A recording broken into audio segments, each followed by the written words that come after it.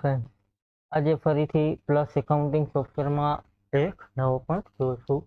કાલે ફ્રેન્ડ્સ આપણે કોટેશનમાંથી કોટેશન કઈ રીતે બનાવવું એ જોયું. સાબર સેલ્સનું કોટેશન કાલે આપણે બનાવ્યું. ત્યાર પછી ફ્રેન્ડ્સ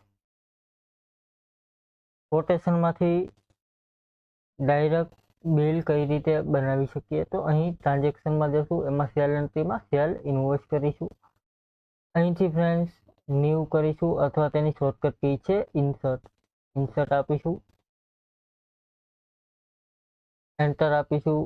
અહીં સાબર સેલ્સ જીએસટી, ત્યાર પછી ટેક્સ ઇન્વોઇસ લઈ લેશું, બિલની તારીખ છે, બિલ નંબર આપી દેશું. ત્યાર પછી અહીં તમે નીચે જશો તો ફ્રેન્ડ્સ કોટેશનનો ઓપ્શન તમને જોવા મળશે. તો સાબર સેલ્સનું કોટેશન છે એ અહીં આપેલું છે, એન્ટર આપીશું. ત્યાર પછી HP લેપટોપનું કોટેશન છે, એને એન્ટર આપીશું. ટેબ આપીને બિલ આપણું સેવ કરીશું.